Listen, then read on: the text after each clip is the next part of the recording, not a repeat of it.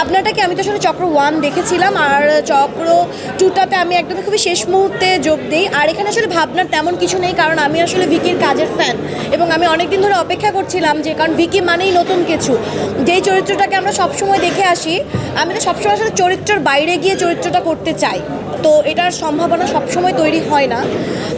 দেখা যায় যে সবাই এই রিস্কটাও নেয় না, সব প্রোডাকশনও এরকম হয় না।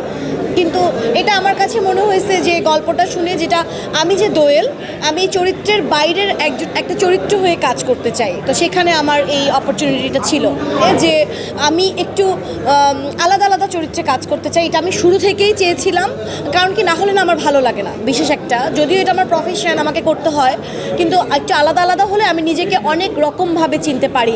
কখনো গোলেনুর, কখনো চন্দ্রাবতী, কখনো মিতু, কখনো সকিনা, কখনো রোজিনা, বা যে কি মানে এনিথিং, ওটা আমার ভালো লাগে যে আমি আমার নিজে এখান থেকে একটু দূরে গিয়ে আমি কাজটা করলে আমার নতুন করে আমি আমাকে এক্সপ্লোর করতে পারি, আমার মনে হয়, বা চেষ্টাটা থাকে।